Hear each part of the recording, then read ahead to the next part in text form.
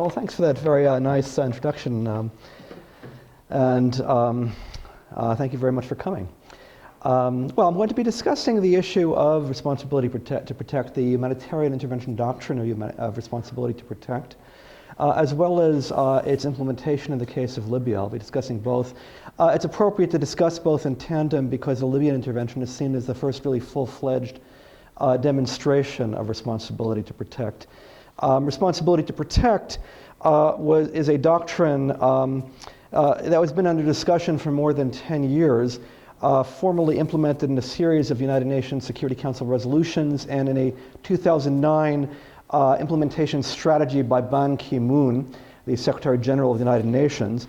And the key points in responsibility to protect emphasize the recentering of international relations away from the doctrine of national sovereignty and towards the issue of human rights. The basic idea being, in theory at least, that international law and to some extent international relations as it's been taught in academia has overemphasized perhaps the idea of national sovereignty as the central governing feature of international relations, and de-emphasized the importance of the rights of individuals to be free of oppression. And this is seen as a way of kind of recentering the debate. Key point, well, responsibility to protect, if you read it, emphasizes a range of responses to humanitarian crises. But the one that's really most heavily emphasized, at least in popular discussions and political discussion, is the use of military force. And the basic idea here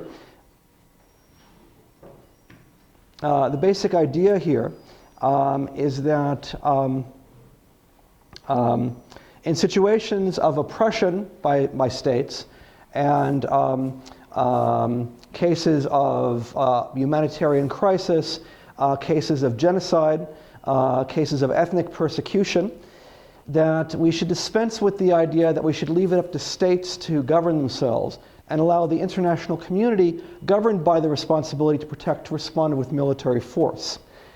The idea is also to give a kind of legal basis or a stronger legal basis for intervention. There seems to be some kind of a high-pitched whine. Does anybody know what it is? We can probably do without that mic. Well, not really. It has to be recorded. It's being recorded on YouTube, but okay. Well, we'll just pretend it's not there, I suppose. The idea of responsibility to protect was heavily influenced, I would say, by a 2002 book by Samantha Power, A Problem from Hell, America and the Age of Genocide, which was widely influential. Samantha Power herself, former Harvard professor, is now in the National Security Council of the Obama administration, was one of the major influences, possibly one of the major architects of at least the US component to the Libyan intervention. Now, the arguments against responsibility to protect, which I myself favor, would revolve around the issue that responsibility to protect, R2P, by the way, as it's known for short, is really, no matter how you present it, it's an argument not for less war, but for more war. It's sometimes forgotten that humanitarian intervention and R2P are actions of military force, and indeed an act of war. Those who call for such interventions must realize that this is not an argument for peace, it's an argument for war. Now, perhaps that may be desirable in some cases, but I think the fact that this is an act of war needs to be more explicitly recognized. And this is a problem in itself because it's only a matter of common sense that war has enormous capacity to destroy, and to destroy not only property, but human life. This leads into the next potential problem, which I find as a serious one, which is that there's always the possibility that military intervention, however well intended, has the potential to make a bad situation worse. That military intervention itself, first of all, can do an enormous amount of killing, including killing of civilians. And also, it can destabilize a political situation and intensify ethnic conflict, including possibly ethnic conflict involved in genocide. It's often assumed that military intervention will, if you apply enough force, somehow or another, you will simply, with the use of force, stop ethnic cleansing, atrocities, genocide, and so forth.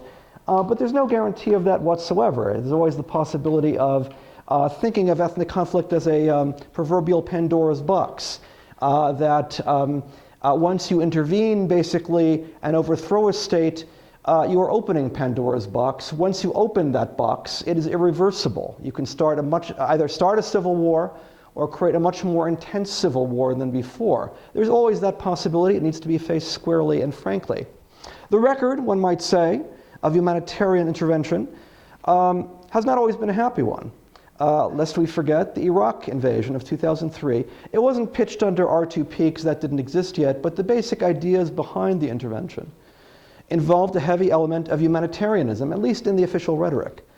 Many top intellectuals who are now advocating for intervention in Libya, or did advocate for intervention in Libya, also had previously advocated for the Iraq intervention on very similar grounds. In Iraq, lest we forget, there was a horrible dictator, Saddam Hussein, one with a murderous record. There's no question of that, basically. And yet at the same time, there's no doubt that the intervention made a bad situation worse. The death rate that resulted from the intervention and the civil war that followed intervention was far higher than the number of people killed by Saddam Hussein in recent years. The death estimates from these various wars that followed the overthrow of Saddam Hussein vary considerably. The low estimate is 150,000. The higher estimate is well over 1 million. However you cut it, it was a disastrous toll. Afghanistan also was justified by many as humanitarian action. Now, naturally, of course, there were other motives behind the Afghan and Iraq intervention. There was, of course, the threat from al-Qaeda, or the supposed threat from al-Qaeda. There was the issue of the weapons of mass destruction that, as we know, didn't exist in Iraq, et cetera, et cetera. But in both cases, humanitarianism figured heavily into the justification for the intervention. In Iraq, basically, the role of women, the need to liberate women from the Taliban figured very heavily. And indeed, the Taliban were very oppressive. But I think if anybody looks at the record of Afghanistan since the overthrow of the Taliban, one would have to say it was probably even worse. And that the insecurity generated by 10 years of civil war was probably worse than anything the Taliban had to offer. And one must sadly say that it may well be the case. Iraq and Afghanistan were better before the military actions designed to liberate them than afterwards. I won't have time to go into this, but my own research has been very heavily focused in Bosnia and Kosovo, and I believe it is very much a myth that military intervention made the situation better there.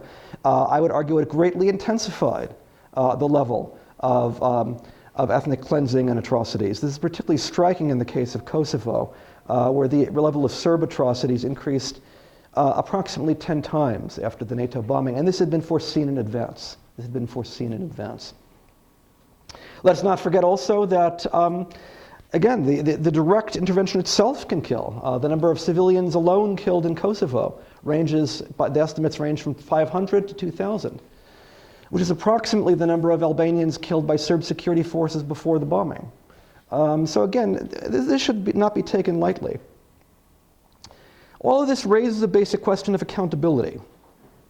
It's very easy to argue for intervention and very easy to take a moralistic tone for that intervention. But what if you argue for intervention and your arguments actually cause the intervention and it makes the situation worse? And thousands or even hundreds of thousands of innocents die as a result of your writings, or partly as a result of your writings, I don't want to overstate the matter here, than would have died otherwise. What do you say then? Okay? Well, I think we have some record as to what people have said, and the answer is most people who argued, for example, for the war in Iraq on humanitarian grounds either gave perfunctory apologies, I'm sorry, but not very strongly, or alternatively, they still enthusiastically supported their support for intervention. Think of Christopher Hitchens, for example. There are exceptions to this. Walter Jones, an obscure Republican congressman from North Carolina, a very conservative congressman who was an enthusiastic backer of the overthrow of Saddam Hussein. You may remember him, by the way. He's the one who invented freedom fries and freedom toast. Everybody remember that? After the invasion, he expressed very deep remorse about having supported it, and by all indications, heartfelt and strongly stated, and it completely changed his view of intervention. He's completely against, for example, the Libya intervention, saying he'd been fooled before in Iraq and doesn't want innocent people to die as a result of his actions any further. But that's a rarity. I think Representative Jones, the only case